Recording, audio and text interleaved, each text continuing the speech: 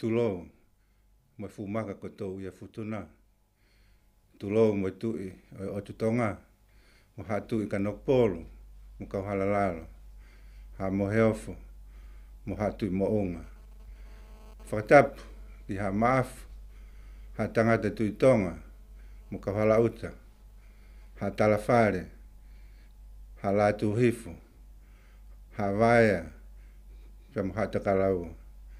Ha kanoloto ai hau, ha Havea Lahi, ha Havea si, ha ngata motua, ha ngata tupu, ha whakalolo me whakalolo hau, ha molofaha, mo motua puaka, ka moto mo whare hakiri, ha maria po mo lauaki, ha whare fisi, me onga ha ngana, ha latu kefu, me ha sola mo vulangi hano katoa. Matapu ki he tua mafi. Alifa be mo omeka. Matapu ki atu Tupoumolotuma. Tu I Tonga. Kai ni kuini na spau. Ki he kuini fehu. Alawal mata aho. Ini sesi abi ko mahina fikite. Salo te mafleo. Ilole tuito. Ki he pinis kalauni. Fare atu pou. Pe whatapu ke pare mea o Tonga, sa miwela a Crispo hiva, o ege kabineti, pe ki he kauwhafonga o kakai ki wharearea Tonga, he whamau Anga o Fakafonua, pe ki he kautaki lotu, pe he whoke e whakatapu, kaulote ane afio, pe ki he kup fekau'aki o Fakafonua ni whatapu. Ko tapu e ko whakaata, ka hoko atu ai Polokalama, ai Lo'au mo Tangike Fakaukau, Ikonomika, ka mai lepa o Anga ha. He whiawhini, whiawhia apitu ke whakawhiloa ke atu ai taki, ai kau Lo'au I Tongani, Palofesa, Siosiua, Lafitani, ai iloa ko Pouvalu, me he Havea. Pe he whoki, pe me toko pule o kau Lo'au, Holosini Uata, ai ko ilo ko Tupoumolotuma. Ko tangata whaken me Havea moi. He whiawhini o tangata ko e whiawhia maawhana he motuane, ke hoko atu pe mua etau po tala noa, whakalanga tala noa, me he kaweinga na tau whakaosi mai he tau Polokalama ko osi, ai ko civilize maalonga I maaman fokina e tala na ke Tupoumolotuma ka ko whaam ke tau ki whakawhakai anga pe mua ke tau tolu koe ni Tonga ni, tau whupule anga hau, mo whahenga civilize, mo whahenga fekau'aki, mo Ngaahi whetutaki, Kehekehe, na whakahoko I ono aho, me ho tau pule anga hau. Kake te whakaroloa Pouvalu, ka ke kamata mai mua, ai whakatala noa o ku whakakawenga ke tau Polokalama I he whiawhini.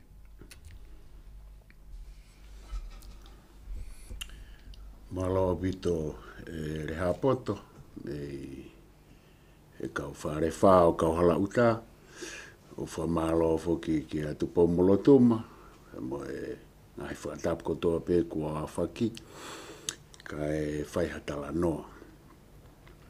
I Polokalama whaosi pe mo te vita whare ai au ku iloa aki koe tala ki Hamoa. Na tau lawe ai pena tau tala noa ai ki he matanga fekau'aki pea moe fekau'aki, pea moe whahinga whamamahalo, na ea etau fekau'aki pea mo Amerika Tonga. Te whito ke kau maea pea moe kau inkasa. Pea oku asi mai, hange o te kai foke fu whakapapau I au pito ka kai tau whakotuu. Hange na ia e tau fekau'aki mo South America. I he tau lawe o talanoa ki he kaulo au. Mo ene fekau'aki mo Lapanui, pea mo hahake. Kana e toi o hake ai e koe Tupoumolotuma ai Fakaukau maho inga e taha. O whai kia e whatotolo a whai whekau Paula ono afe la atu koe taha I he kau whai whekau e Siosiua nā pe koe toko taha pe I he lo au pe me Nusila. O ne o mai ai talanoa na ke talanoa kai Tupoumolotuma ne o mai talanoa a whai whekau toke tā Moritoni me he sā me mo koe fo I himi. O pehe ko ki tautolu ko e hako ki tautolu o e matakari more pe me hahake loto. Aia kau tuku atu mua e talanoa ki kamata mai ai. Koe mea rewa ko wakai ki ai I he ahoni. O ku mata na e ai ai kau peau fefolau aki pe koe hu mai ki a tautolu me ono aho la Lahi. Ki mua ni he pore anga I tui Tonga.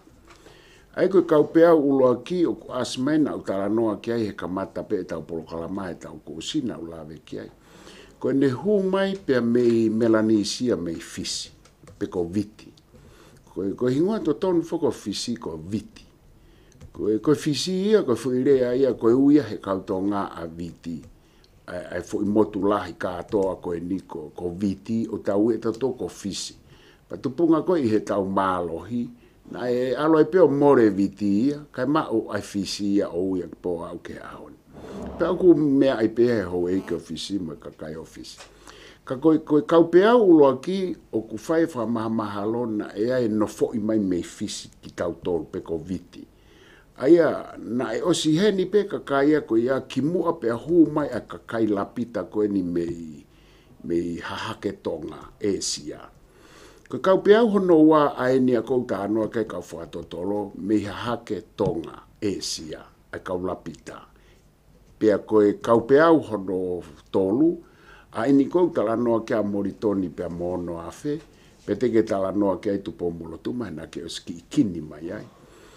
Pea koe kau pea reo hono wha, koe talanoa ki he tau whekau, a koe ngai kau pea lalahi a koe whefolau aki hono hu mai ki Tonga ni, ai kau lo au, mo nau fekau'aki mo Rapanui mo Tahiti mo Waihi pea pehe foki ki Amerika Tonga. Kaike? Teu tuku atu Lehaapoto, ake whai mahalawe a Tupoumolotuma, ka tau tuku kua. Malo e Pouvalu, ko tu Lahi Tupoumolotuma, mahu inga pito e. Mea koe whakalata anō kia Pouvalu. Ka ko tu Lahi ulahi a pito na kawenga Kehekehe. Ka ke toto mai peha, ki mea ke kamata ake tau whakapotala anō ki Afeaki. Malo. Ia. Malo a pito e whata anō whai Pouvalu, e whoki Whihui Lehaapoto, tau tāranga whok, ka kou mawhana mau be mo tuani e tau whatanoa ki tahi moana. E anga whok e tau toe tuku au e tau tāranga hange ko tānoa ki ai a Pouvalu. Ka koe tau hanga whok e toi whakafoki Ngaahi mea. E mahino ka tik tau tolu, toi tāranga pia maamani a honi. O ui ai a tahi moana e a honi ka pau whok te tau toi ki toa Ngaahi. O ku toe whoki mai e whui talanoia ko ia o mahu inga make. Hange koe whātātā na whai he mahu talanoa na whai he winga he wiki ko mahiri ange. Koe tau mai e whapalanisio I Ngaahi e au maamani tau whātātā peke he okse sena tau pehe. Koe whai rea tau mai me he tau anga tau mo ui mānawa e tangata mahino peke he toa mea I pehe whanua. O ku owaia he wae ua o ku tupuia mi tahi moana. Aia ka pate taki toka ngai ma ke he whoka ui ngai o ku hange ai a tahi moana he taimi Lahi ha hoi maki nito. O ku ne fusia maamani o kai tuku noa ki tau tōru. Pea tau walawalo he taimi taha koe haa koha no uhi ngā. o tau pehe, ngari pe ko si na o fa mai ko tau kup fekau'aki, pe aku mahu inga pe ia, o kai ke tau whakahalaki. Au toi mahu inga ke tau toka ngai, ko e talo mi he talanoa o e kamataanga o e Fakaukau na ha mai fo irea ko ia, na tau ngā e ko civilise. Ko civilise e mahange pe foko ia kuanga maheni kai fonua. Ko e tai mea kamata ke ta ilo ai takakai pe ko hai ki taua. Pea tau mai rea fo irea na whanga peo, fotu atu. Hange ko e maanga alai pe ko e hakoa ho ta wā. Fekau'aki mona tula. Fekau'aki ko e hai whanofo e tau nofa fonua.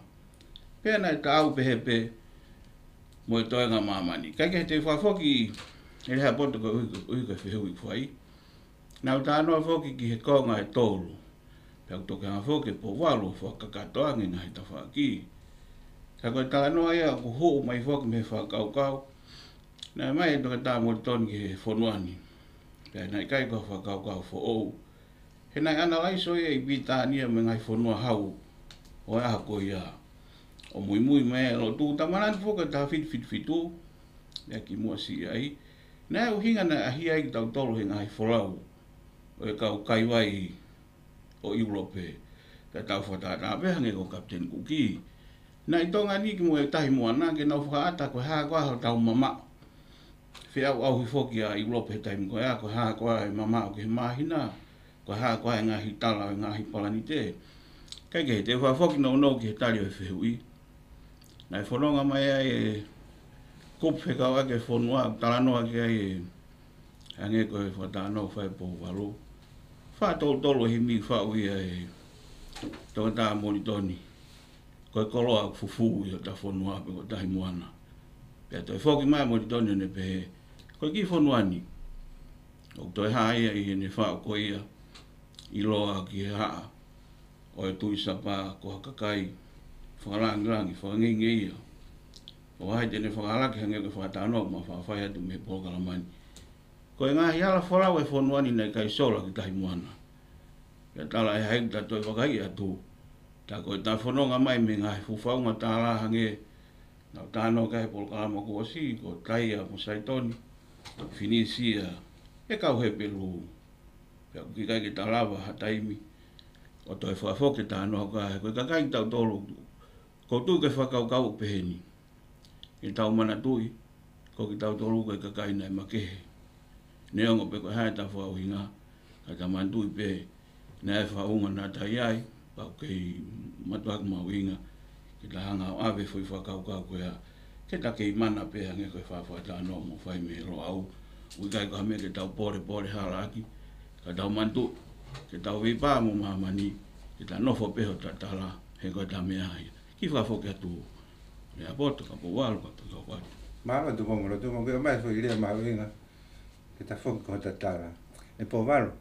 Ko whakatoanga e kuanga koe ni whakamamani la. I loa kuanga koe ni information age. Ai koe whilia whakapalange. Mea beha o eki mo ka kai whanua. Hange ka te ako whenapasi ene mo tala. Ko information ko tala pe ko nga whakamatala ke ngai mea o tau whiwhiri ki ai. Pe ko ne hou me koe whilia koe ni o ku whiwhiri e ki ono a. Pe taim tatau pe, e lawa pe, ki whaia ngai whakotutu ke ka Pouvalu ka ki te whakaroroka ki hoko atu pe. He ka venga na tau kamata mai ai koe ni he whiawhini. Ai ko tau tala noa e ni, o kuhanga e Tupoumolotuma. O mai, ko tau tala noa e ho tau tala. Ko tau tala noen ho tau historia, pe ngai ka venga mahuinga. Malo pova. Io koe kuonga eni o e Afeaki whamatala. Information technology, i he teknolosia. Pea ku mooni ho whakarea. Ka koe Afeaki ko ia o ku whaia o mei whakafouia he waha o pe ko interneti, mo ngalo o pe. Pea o ku tohi. O tau o hake koe o tau whaawa hake waha o pe o ku tohi. O ku tau lau. O kai ke ongo mai pe o hau o tio ke ongo mai ka o ku tau lau e Ngaahi whamatala. Pea mo ene vave, ene fekau'aki, uhinga ko etau ko kuonga eni o Afeaki whamatala I he teknolosia, information technology. Ka koe tautala noa koe ki ho tautala, o tautala noa ki he kuonga na Afeaki, ai whamatala I ono aho, ka na ave pe hange koe whatapu me he ngutu ki he ngutu. Me he ngutu ki he teringa, hange koe whatapu, me he teringa ki he ngutu ki he teringa, teringa ki he ngutu o hoko hoko pe. Koe uhinga e fuirea koe tala tuku. Ngutu, tala tuku whakaholo, tala tuku rea, koe ngahi lea e kou tawai. Pea kau foki au ki he kuonga ko ia, koe ave koe e tau Ngaahi whamatalahi kuonga ko ia, nei ke fumahu inga whakaikiki. Ai contents, Koe fumahu inga ia, koe fo I fuo, koe fo I talanoa, I he kuonga ki mua, ko ia na e ave, aia te whatātā pehen. Na e fusi e maui e fonua. O koe ke mahu inga whakaikiki ia, pe na e fusi he taimi whē, pe koe hā na e mao e mātau mei whē, Koe mea peo no whai fo I tā noa ia I he tau whananga mo e tau tā noa tuku ngutu, na e fusi e maui ai fonua. Pea ku pāsi rewa fo I fuo ia ko ia na e fusi e maui fonua, na e fusi e maui fonua, o se ne tau tangata e wafe ke tolu wafe, mo e fusi e pe e maui fonua. Pea toki kehekehe ai tala noa whakaikiki. Koe whaunga e koe ono aho, hono ave. Koe whaunga koe ono po he e tau Afeaki koe whakateknolosia whakamatala, o ku tau nofu tau toru he whakaikiki, O ku tau kē tau pea ku kē mitia mo e pure anga, o kē mai sias koe, koe nofo he whakaikiki. Aia koe fo I ilo Tonga mo tu aia. Tau nofo he fuo, koe mātu a lotu koe he aho koe, na ke nau mao loto na to ves fola. Koe kau lotu e aho ni tapu mo ki nau tolu, ko osa se nesia ki e whakaha he nau mao loto. Mao loto e nau tolo e whakaikiki. Ai contents. Koe ke nau maalot nau tolo e fuo koe tohi tapu. Koe uhinga koe ulahi e tau palapare ma, fula he tau nofo he whakaikiki I ono po, ka ke tau nofo he fuo. Koe tā noa koe fuo, na e te ke e mau I langi, ai langi, iuna ne te ke e langi. Kue nu sila ko rangi papa, ai fo I tā noa ta taupe. Aia ko poi ni ko ai ko ani ko mahalo pe ko mahino atu pe Lehaapoto ko ave whakamatala e tautala tuku whakaholo e whananga na e whau e foi tā noa ke ne puke e foi mea na e hoko kai alu he fuo ko ahoni tau mo ua he whakaikiki pa ko hao e tama lau e tohi e tama I he taimi pe ko kere ape no fo hifo ke ne hanga ofe fo I se desko to ape Ko mātu aia ka pana nau kei mo ui mai tapu maki nau tolo. Haupe mo tu aia lau whi tā noa pa ne to o ia whi ka kano e whi tohi e whi fuo o tala noa ai. Mahalo pe kua e peha kou. Mahalo pito Pouvalu. Tupoumolotuma. Tala noa whaka Pouvalu e fuo. Koe pengi mea ko tokanga doe. Na tau Falefa ke tau Polokalama ko si na tau kamatama he tanu sia. Pe mo hafu e raki api ako.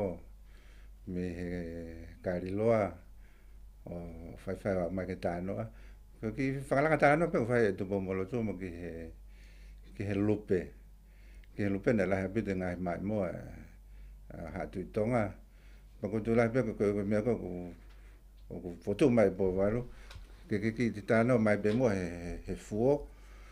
O hange ko mai moa ko he lupe.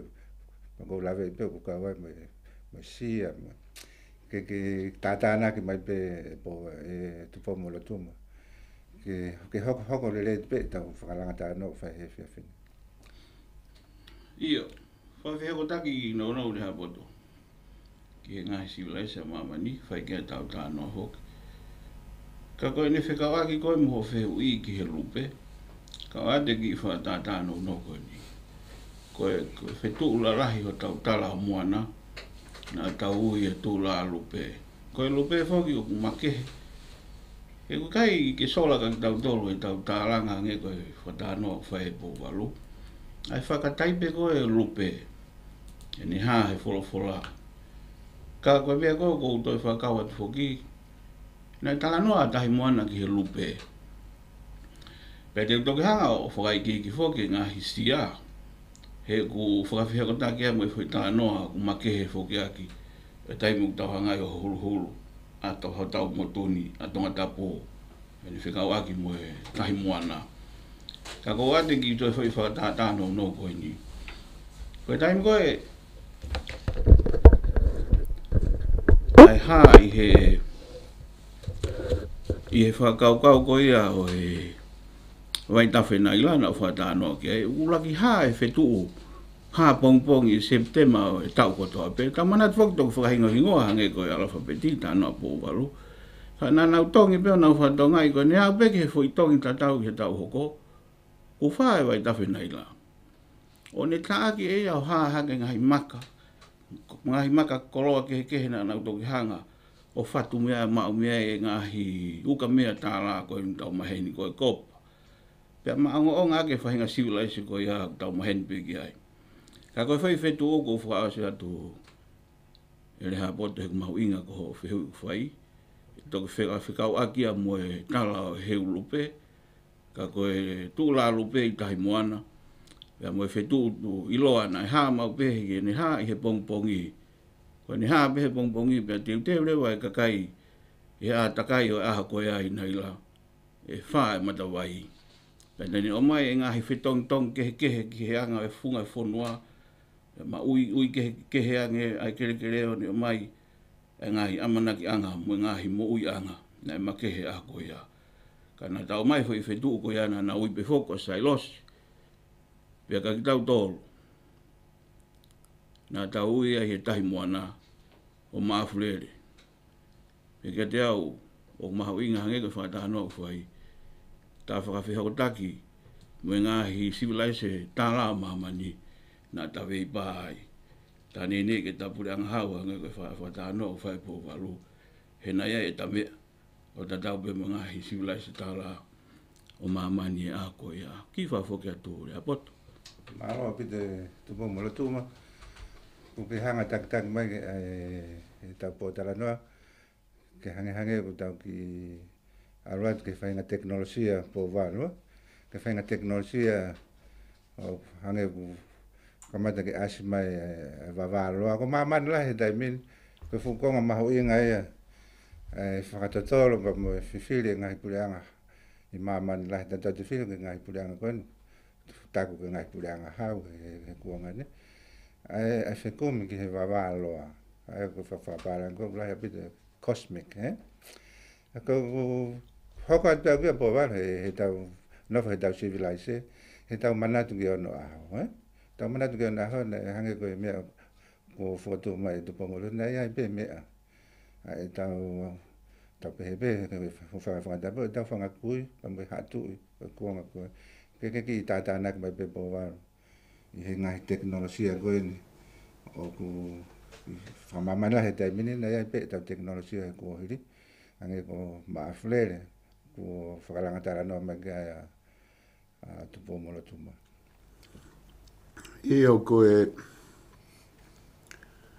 whaikau pe au koe ne wha koe nau kamata tānoa kia ai wholau mai ko no fo i ki tau tolu. Aia tau pehe ko fisi pe ko Melanesia. Ko tu isapa, ko e kaulapita me hahake Tonga o Asia.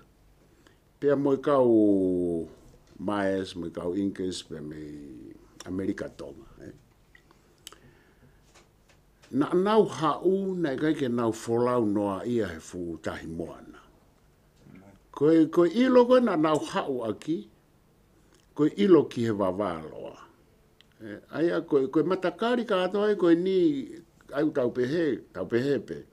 Na ulak wholau mai kau viti ia ki tongani. Na he kuna wofi mai. Na keke nau wholau noa ia. Pe koe nau hopo ki tahe o pehe. O ko Tonga, o kutu uia i he tawhaaki Tonga hahake. Sai, tau alu pehe tahi o mui peke Tonga hahake he te tau au kia. Ikai, koe kia mea e koe wholau pehe. Koe wholau koe nau hopo peki tahi, kunau o skamata e nau lau fetu. Ia e foi fetu, boi foi kavinga folau, ko pau ke whakatau mua ki ai. Ai waka pe koe karia. Ai nai pehe katoa pe, koe hau koe mea ke ka pau ko fe foi kuonga, koe au fuafu, koe ta e tolu afe ke whaafe ki mua. Ai o mai koe me iesia. Pa koe penga i whakamo oni ki ai, ke taurea mo mea. Koe e lea ia i he feitu koe ko Indonesia. O mea uia ni mangeau e fo irea ai o tatau pea mo e taurea heni, Te whakatata o ku tau waka na waka, o ku tau ihu na ihu, o ku tau ngutu na ngutu, tau teringa na teringa, tau nanamu na nanamu, Koe Ngaahi rea ai o ku laumea. Aia koe ku poinia, koe ia, na e folau hao koe e kaulo au, ka pau koe nau mua mai, tau kei whenga ke whakamoni, koe penga hi mea ko maa, kau te kai ke whiunga, nau mai me la panui, pia mo Tonga, Amerika Tonga, na nau hao pehe ka venga folau, na nau lau fetu, Aia, nau toke o mai rewa, nau toria ki heni, o ka pau koe hao e kautu isapa, na hao ai hange ko ta anoa moritoni, na nau o mai rewa, nau toke heni, po ke taimana nau heni aina, nau toke hanga rewa, o toi whakamo ui, mo toi a koi, ai o tu ka venga pe mo vavalo ko te fra os kai tu ko anga Tupoumolotuma ko nga ko tau tai va Lehaapoto ko ako vavalo a fainga ta na fai he tau fanga kui he ko tau dano to ki ispite na na fu me a ata na autoria ki fetu mo Ngaahi palanite ki mo a pe kaukariki ko ako ko na fai tau fanga kui ke vavalo a na kai kia hanau mea whakaata. Ka koe mea koku mahu i ngā, ai whaahinga poto civilization lea nā wao ki ai, ko e nau Ngaahi whakamatala ke wawaana e whai pe e nau sio, e nau nofo o sio whamamau moa koi, ai taimi o mafuri ai kaniwa, ai Ngaahi whetā Afeaki holo au lunga mo e nau whe mafuri aki. Pia nau whotutu e nau kavinga whola, whotutu e nau kupesi, whotutu e nau ngāwe. Koe whake tamasi e tahe tau tolu e ne whatolu ka no maasta au ne pehe. Koe universi, koe sino e tangata, na e whauia meheanga e whaunga e universi mo e wawalo. Ka tiutu koe maha koe tau tae wā, ke ata i mea Tupoumolotuma. Malo po wā Tupoumolotuma. Te ki hoko mai pe. Ku wai whakamawhana pitu ki ko mukamata e mai whikawengan ki wawalo. Ka ke tātānak mai pe Tupoumolotuma. Ia, mai tāko e ni Lehaapoto tau tānoa whakakau atu kai a tā pilisi. Ngai sibilai se whoki au te kei ki tau whakakau atu ia, ki tau tātānoa, tau kei nohpe whoki naila. Ta pe whoki i uwheretesi. Ta pe ke hongo matawai i loa i India museaina na whanau i mea e Fakaukau koini o i sibilai se. Ka koe tau ki holu koe na Uata Fakaukau kani nai. Ko ne a koe ki uwheretesi o toi maari e mohon tānoa. Peko ne alu koe tu au foki o alu o tau mamawangi me Ngaahi sibilai se koe ia. Ka anga whatana Pouvalu. Kai toi hau e foi tu au toi talanga i moia. He hange koe la henge tau talanga e Ngaahi kaupeau o e tu au e no fofo a mama Lahi mo he taimina e ilo ai sibilai se. O toi iku mai pe ia. Hanga whatana Pouvalu i tahi moana. Peko e awhanga tuku foku whai he motuani mau pe mo lo au. Koe ongo ala folau la Lahi o Tonga nina i makehe ia me tahi moana. Koe foi fekau'aki au pe motuani o mahu inga ke tatalanga i koe hinga he ko taia mo saito ni na ere ake o tu sita ko ia ongo fonuani. Watau mantu i foku hinga na e hawawa e tu Solomone e Ngaahi potu tahini. Koe ni ngāo ake Fakaukau ilo loloto koe ni ke Ngaahi founga waka tāla a ko ia. Pako hange koe whatano whawhahe motuani. Ko tahi moana na i makehe pea Tonga. I ono ala folau. Pea kia te hau, totonu ke taki whawheho taki, he kui ai, aini fekau'aki maalohi mo maui. Whawhake atu Lehaapoto. Malo Tupoumolotuma. Pouvalu, maha te ke awhanga tuku peta program ngai whiwhini ka tau toki hoko atu ka hau. Iyo, ko whamalo ato mo mea mai o iku matau kāinga, pea ko whamalo ke Lehaapoto mo Tupoumolotuma, ka mafo ke kau sponsor ai sa ke tuiono tax agent ko roiko amalgamated Puloka Construction pe foki ki 5-star group of companies kama foki Ketri Porivaati pe Miami Treat malo mo ki whapaanga e Polokalama mo mea